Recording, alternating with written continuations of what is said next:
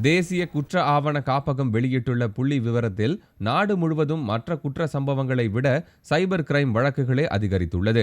கடந்த 2014இல் 9622 cyber crime வழக்குகள் பதிவாகி இருந்தன.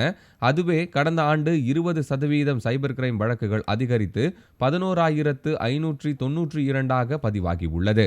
தமிழகத்தில் 2014ஆம் ஆண்டை விட 17% சைபர் கிரைம் வழக்குகள் குறைந்துள்ளது தெரியவந்துள்ளது.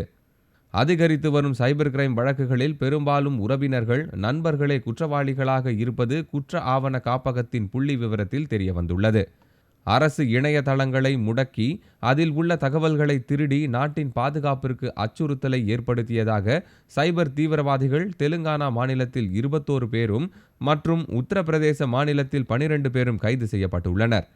தமிழகத்தில் இணையதளங்களை முடக்குவதில் வல்லவர்களான 8 பேரை கைது செய்துள்ளதாக புள்ளி விவரத்தில் குறிப்பிடப்பட்டுள்ளது.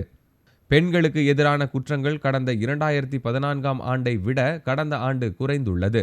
2014இல் 3,21,993 குற்ற சம்பவங்கள் பதிவாகி இருந்தது. இதுவே கடந்த ஆண்டு 3,09,549 குறைந்துள்ளது. அதிகபட்சமாக உத்தரப்பிரதேச மாநிலத்தில் 35,527 வழக்குகள் பதிவாகி உள்ளது. தமிழகத்தில் 2014ஆம் ஆண்டு 6,325 வழக்குகள் பதிவாகி இருந்தது. அதுவே கடந்த ஆண்டு 5,847 குறைந்துள்ளது. அதே வேளையில் தமிழகத்தில் பெண்கள் பாலியல் பலாத்கார குற்றங்களும் 459 இருந்து 421 குறைந்துள்ளது. அதிகபட்சமாக மத்திய பிரதேச மாநிலத்தில் 4,391 பாலியல் பலாத்கார குற்றங்கள் பதிவாகி உள்ளது.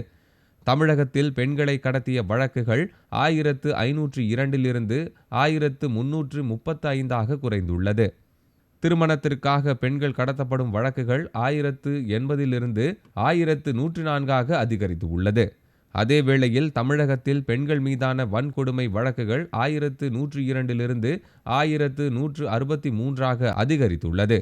பாலியல் துன்புறுத்தல் வழக்குகளும் 46 இருந்து 197 அதிகரித்துள்ளது.